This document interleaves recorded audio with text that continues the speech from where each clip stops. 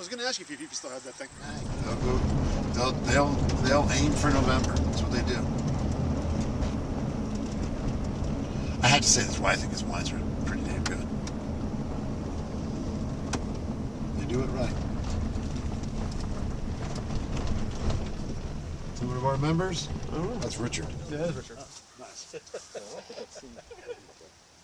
Got enough pictures of you. Yeah. I'd believe that. About the process.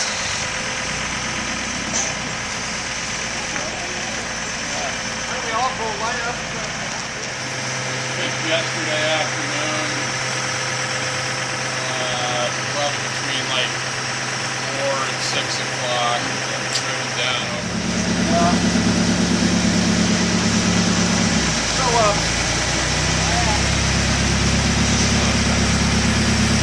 So we don't have this. Our great blended with both Finger Lakes and Long Island, and you'll just notice on the cab front is there.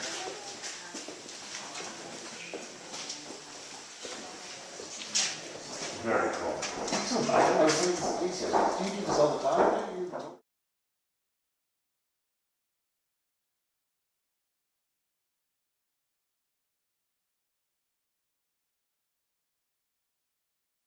So, how long are we at the tasting?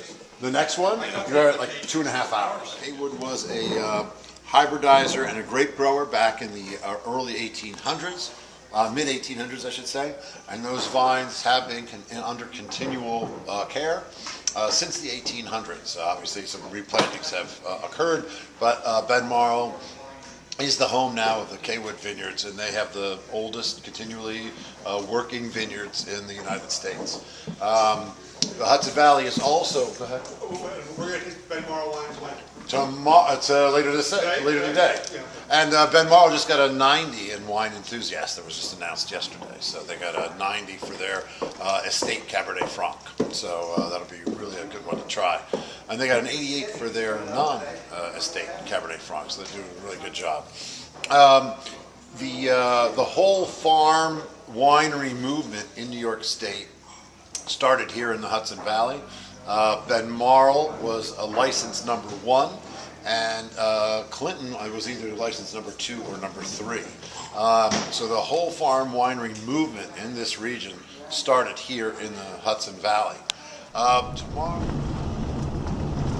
this car's making a lot of fun lights for them, and so far so good. So they really like it. Okay, guys. Exactly. May I have your attention? Welcome to Ribibero. Good to have you guys. You were all just at Millbrook, right? Yes. Okay. Well, actually, I used to work there. I'm excited to have you guys all here today. We're excited to be here. I am Christoph Brown. This is Ryan Selby. I am the winemaker. This is the assistant winemaker, and that gentleman is. Oh, there goes Harry. He's the. Gotta be quick. He is. He and Tiffany basically started this place. We opened up in April 2010. February 2010. We're the new kids on the block, and you know we're just under about 2,000 case production. We can't fit anymore, right? That's the limit. We have to expand. We have to expand, right? Before Harry puts money for it.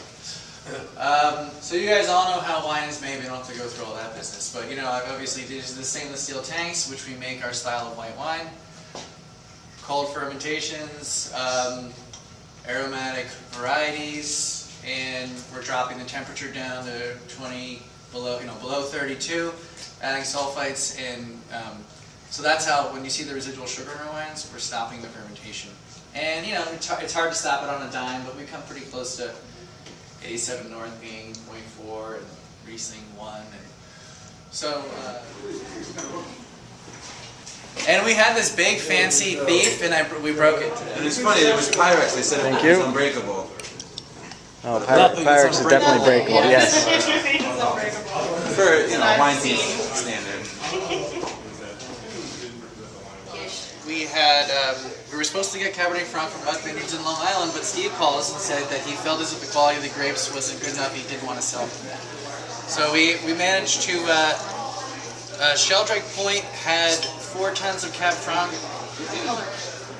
for sale. So Ryan got it. Did you drive a dump truck? What did you drive up there to get it? We've used budget trucks before. What did I?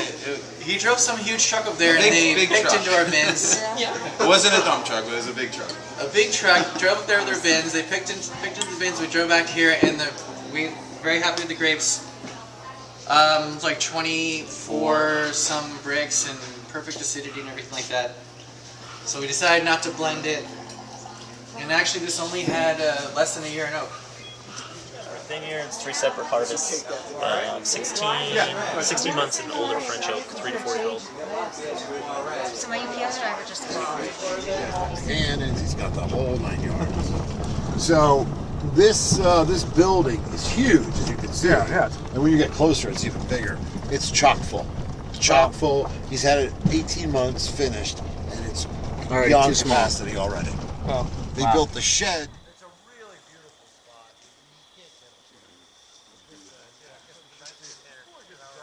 Yeah, or even an hour. So, Evan should be here. Sketching the food. We're compulsive do-it-yourselfers, so this is not catered. I've been cooking all day. Thank you. Yeah, I just can't bring myself to hire a caterer. I don't know what it is that stops me, but something does.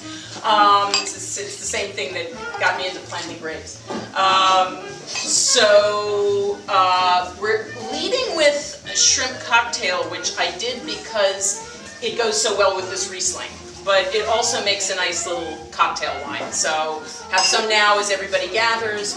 I have the menu so you know what to expect. There's chili made with grass-fed beef, walking distance away the beef came from. And Well, you didn't slaughter something that wanted No. No, we're not quite that obsessive. Let somebody else do that. Fish and, Len already got his. okay. I got mine already. There's a couple flour there if the other person is here or not. And just to let you guys know about the space you're in,